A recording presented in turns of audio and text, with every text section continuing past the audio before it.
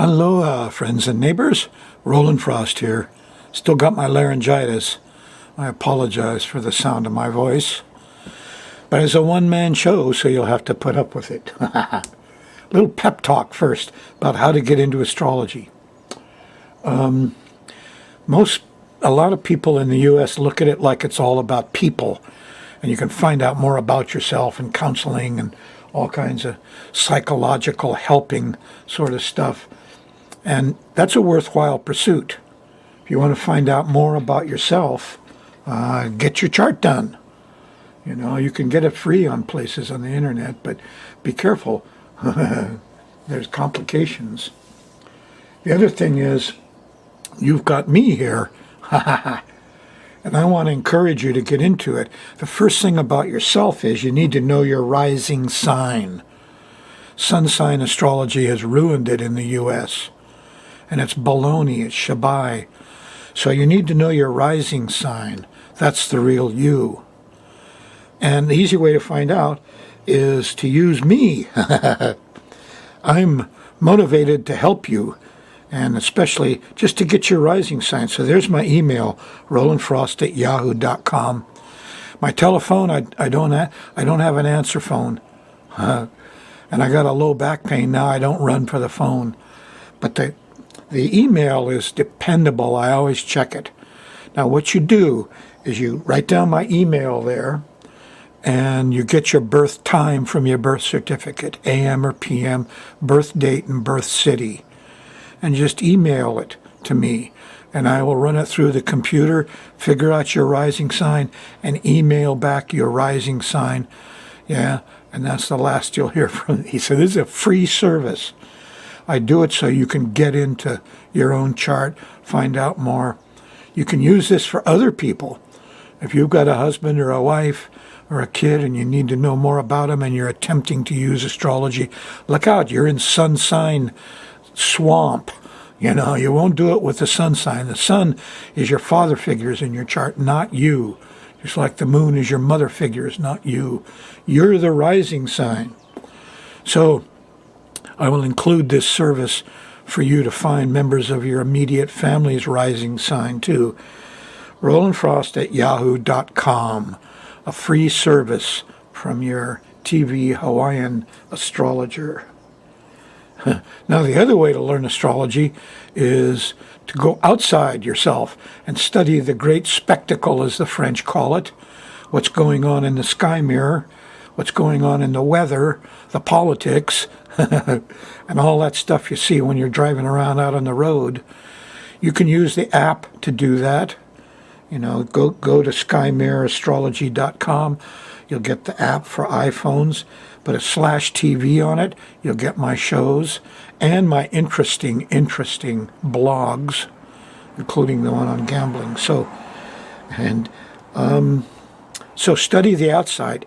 You can also, I found Aquarius to go if you've got a non-Apple kind of a thing.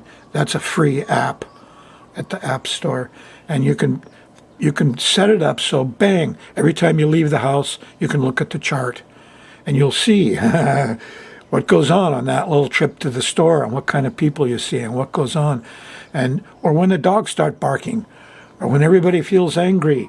I mean, you can press a button and you can see what's going on in the great outer world. So you can study the outer world and learn astrology, or you can study the inner world and learn astrology. A short word of advice. Studying people is complicated. They're all actors on the stage and they're acting. And so, you know, it's much easier to study the outer world than it is the inner world to learn astrology and to learn charts and how to navigate around and use this simple tool. It's just like a microscope or a telescope, folks. You can focus on whatever you want to study. Anyway, inner world stuff is more difficult. And studying yourself in your own chart, whoa, but it's worth doing if you're very introspective.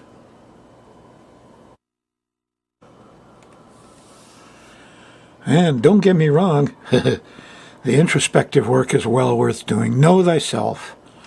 And so, you know, I make my living doing chart work for you very cheaply, sometimes just donations, because it's important you have your own chart. And it really is, because then you can start looking at inside. And when you look at inside and you look at outside and you find out they match, it's called the silver key of enlightenment. So it's no small thing to begin a study of astrology. It's not very in right now. The great American herd of people have turned away from science and astrology and airplanes and all that brotherhood, socialist, communist. Eek, it's a terrorist. But it's an ancient science. It's the first science. It's worth getting into. You're not going to tell anybody. Study it secretive if you think they're going to laugh at you. But they didn't laugh. They haven't laughed through history. Most of the old civilizations, all of them, ran on astrology. So I respect doing a personal chart greatly. I wait until I'm at my peak. I always know I'm doing it for the person's greater good. And I treat it almost like a religious thing. And sometimes I get into corners. I won't say another word about Mr. Trump or the eclipse or things. Sometimes you know too much. You can't blurt it all out willy-nilly.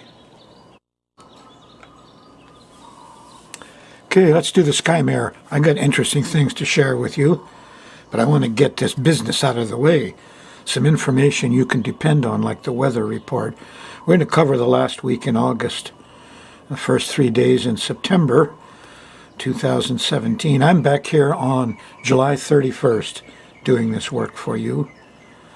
And I can tell you right now, you're on a Saturn station. Oh boy. Saturn depresses you. Saturn makes you feel old. You don't have enough. It'll scare you. Saturn is the great malefic. Yeah. And that's really the news of this week on program 1082, is that Saturn is stationing. Stations on the 25th. Stations at 21 degrees of Sagittarius, which opposes the USA Mars, and the USA charts Neptune, sets off oil worries, military worries. We're going to lose some friends. This Saturn station is in the 7th house of partners and open enemies. And we're going to lose some of them. We're going to have some battles with people.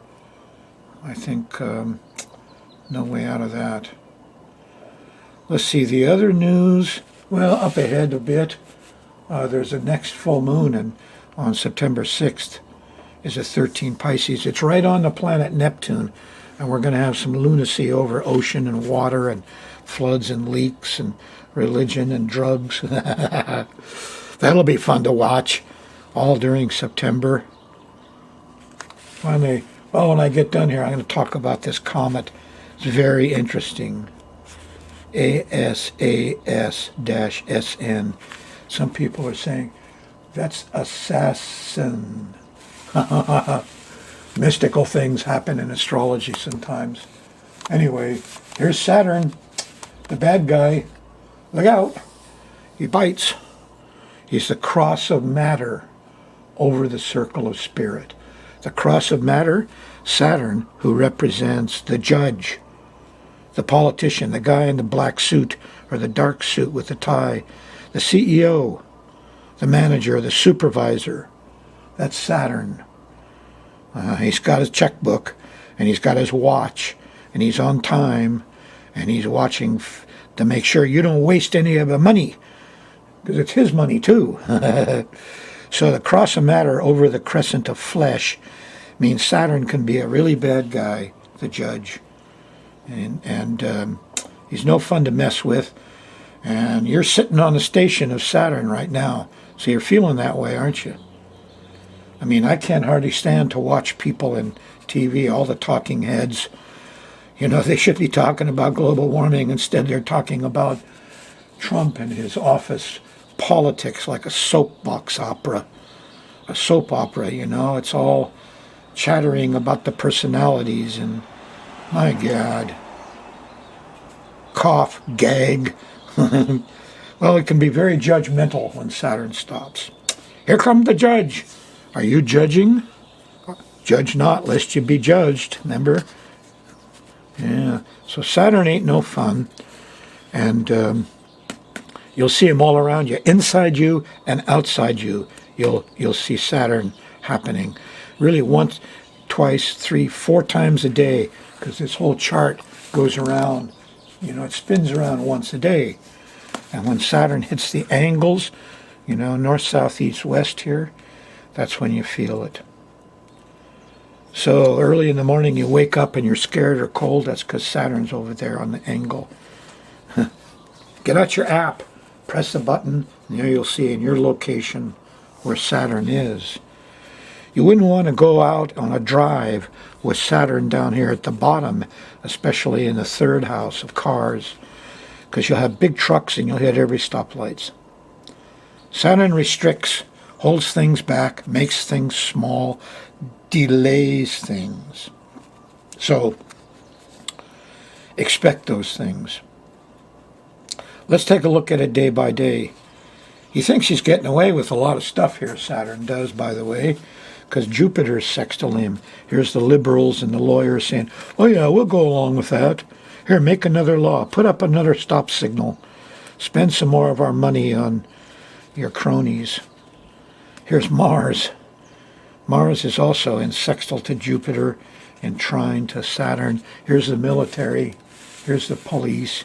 They're saying, oh yeah, we need more money. We need more equipment. We need more police, more military, more guns. The lawyers say, oh yeah, great, let's do that. We'll spend it all. And Saturn, the judge, and the politician says, yeah, sure. So you're in for it. Maybe you like that stuff. If you like that stuff, well, you're in luck. But if you like the rest of this, here's poor Venus squaring Uranus. Not much pleasure, an interruption of sweets, goodies, and love. And it's freaky, can't get no rest. Wake up too early, can't go to sleep, huh? Yeah. Well, let's see how it goes day by day. You're still having some Uranus whirlies, hurricanes, earthquakes, stuff like that, because Uranus stationed on August 3rd. And I generally figure about 20 days on either side. They're really strong. So here you are on the 25th. The moon is in Libra on Friday, the 25th of August. It went by Jupiter in the morning, and you're going, aha, now I see it clear. And the judge will agree, and the military agrees, and let's all go out and raise hell here and do some sports. And we don't care if the football players all get concussions and brain injuries the rest of their life. Well, Pluto's here. The square to Pluto was Thursday night, a little panicky. But Friday morning, we're all up and raring to go. Let's go out there and root for our team. Whoosh. But Friday night, here at dinner time and after dinner, here the moon is opposing Uranus. And here's the whirlies and the tornadoes and the quakiness and the insecurity, mostly all resulting in electricity outage. And this is a total interruption to parties. And Venus, keep your daughters at home on Friday night, the 25th. Some of them will run off, or they'll disappear, or they'll get stuck. The battery dies. There'll be nothing but problems with the young girls, with sweets and sex and love and sticky things. So Friday night is not a time for enjoyment. It's time to check, see if your batteries are good. Yeah, Saturday you wake up, the moon's in Scorpio. The vibes change significantly. Around breakfast, there's a sextile to the sun. Oh, we got a plan. We got control here. It'll be all right. Hope so. The moon going through Scorpio gives you a nice fixed water sign quality. So you understand emotions, and you can stick to it, and it works pretty good. And here's Saturday night. Well, there's Neptune. What's Neptune doing? Giving you inspiration and music. And here come the priests and the doctors and the drugs. Oh boy. And the oil. Yeah. Whew. Burn more oil. And Sunday morning, moon still in Scorpio. Here's a sextile to Pluto. The police need more help. Get more police. Get more guns. Get more Pluto. Well, you can do some deep diving here. You could be inspired Saturday night. Read Jesus. Read. Okay. Pluto, do some detective work Sunday morning. Go look around the internet a little bit. Check the morning news. There's information there for you. Sunday night, well, the moon goes in Scorpio. It makes a square to Mars, and people are angry and impatient and ticked off, so don't rush out Sunday night. There's a little road rage out there. On Monday, August 28th, we've got squares to Mercury, trouble communicating, squares to the Sun, not getting much done. Our plans aren't going through Monday night. Kind of frustrating, moon in early Sagittarius. By Tuesday, the moon in the morning between breakfast and lunch here squares Neptune, and there's confusion. Confusion. Things get lost.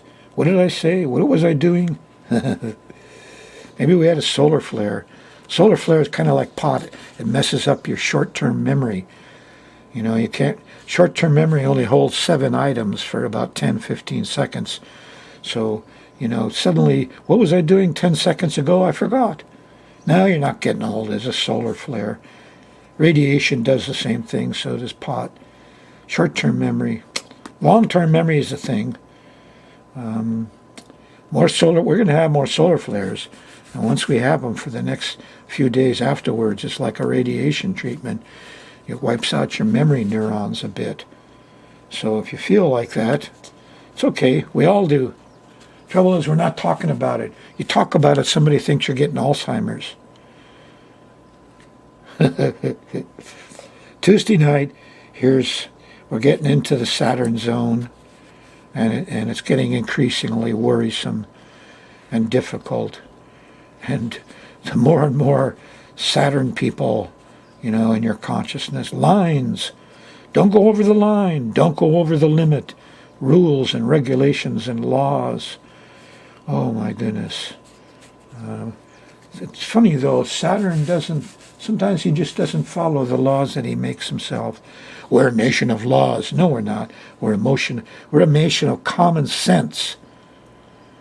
And our biggest problem is politicians that go make stupid, non-common sense laws. So, immediately after the moon goes by Saturn, laws, make more laws. Look at that, the moon sextiles Jupiter, and maybe some natural wisdom comes up Wednesday morning. You say, wait a minute, does that make sense? Should we really put more stop signals in there? Stoplights cause accidents. You believe that? Everybody drives through the intersection. They're watching the stoplight. They're not watching the others or the pedestrians. So when they go and put a bunch of stop lights in on an intersection, the accidents on that intersection actually go up. And Hurricane Aniki knocked out all the stoplights on Kauai. They had no accidents for a couple months. Hurricane Evie knocked the stoplights out in Honolulu. You could drive all over Honolulu. No stop signals, no stoplights, no accidents. You could get there faster. You see, so a lot of the lines and signs that you see out there are this Saturn stuff, saying, don't go outside the line. So there's a lot of silliness over this law business, which are all restrictions, fences, lines, boundaries, borders, and stuff. Don't get fooled. Get out and do some work Wednesday. In the middle of the day, here's nice trine to Mars. You got some wisdom in the morning after you went through your Saturn blues Tuesday night, Wednesday morning. After you did, a couple hours later, you get some wisdom. And then in the afternoon, get out and do something about it. Yeah. Do some work. Do something physical. Go out and walk around the neighborhood. Moon in Sagittarius. On Thursday, the moon's in Capricorn. Got a different vibe altogether. There's a nice trine to Mercury. You can talk and walk and move around. Feels kind of good. You're well organized.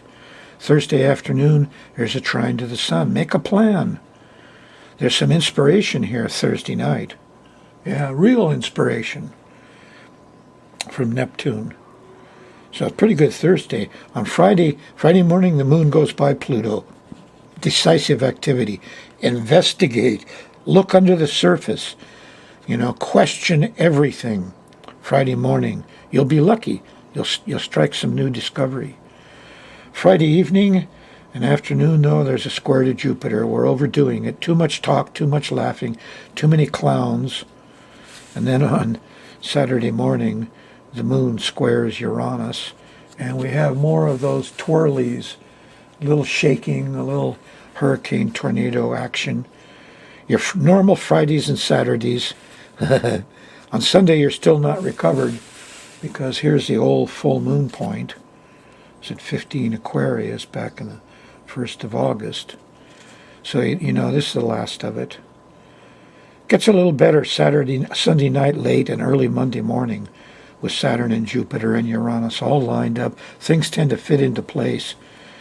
But not until real late Sunday or really early September 4th.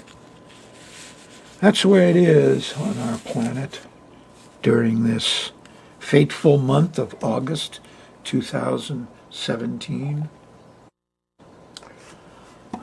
As usual, too much to tell you, not enough time. I wanted to go over briefly August.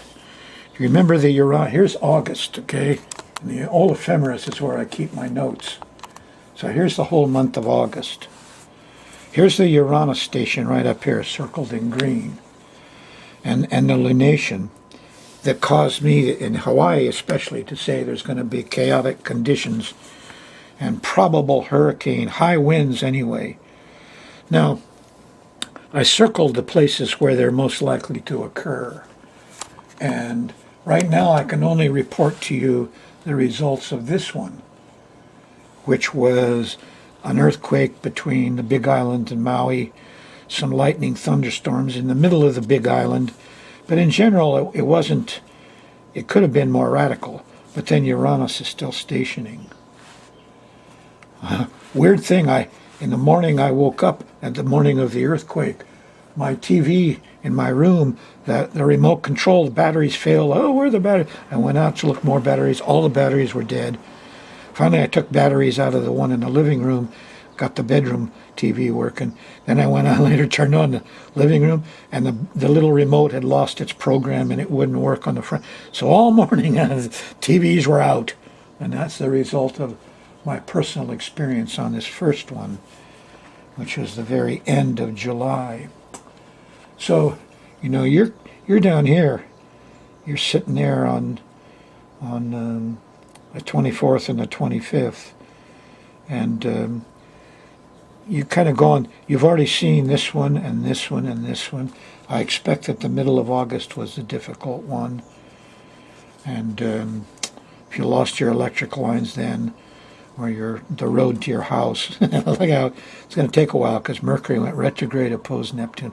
Water damages crop up here in the middle. Now you've seen this already.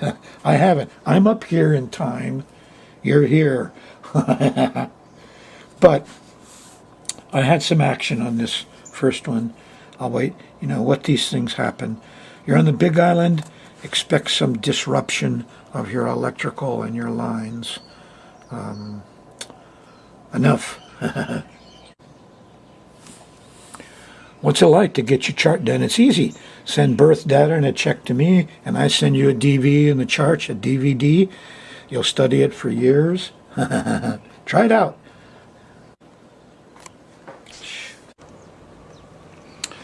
Okay, here's some interesting information on the comet. This is the way it looks now through a telescope. It's got kind of a green color to it. I'm not sure what that is. But comets are not considered friendly guys. No, they're not. This comet, ASS, Assassin. What a deal. Now it's interesting because the guys that write about this, astronomers, they're talking about it. and they give you technical data, and you'll be able to see it better and better as time goes on. Here's the big binoculars that they hunt these things with. So there's two telescopes, one at Haleakala in Hawaii, another one in Chile that targets these supernova, and they pick these things up by accident. So here, evoking the very name seems to have sparked minor controversy, they say. This is interesting for astronomers. As the International Astronomical Union declined to name the comet after the survey, listing it simply as this. Word is that ASAS-SN was too close to the word assassin. And the guy says, this is actually controversial? Question mark.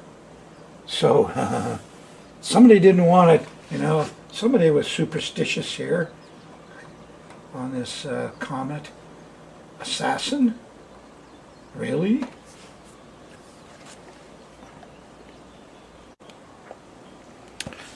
It's hard to believe, but so-called astrologers in the U.S., and a lot of them are kind of phonies, frankly, they can't figure out the rising sign of the U.S. government. I did it off of 9/11, so I have an accurate birth time, so I can do an accurate solar return, which has to be precessed. And when I did the solar return for July 8th, 2017, and looked at it, goes through July 2018. Look at that. Here's the moon on Pluto, off in the 12th house. There's a hidden assassin. Pluto is assassin, opposing the sun. Men, father figures, the king. So this assassin idea is in the solar return of the U.S. chart. I don't like that too much, but that's the way it is.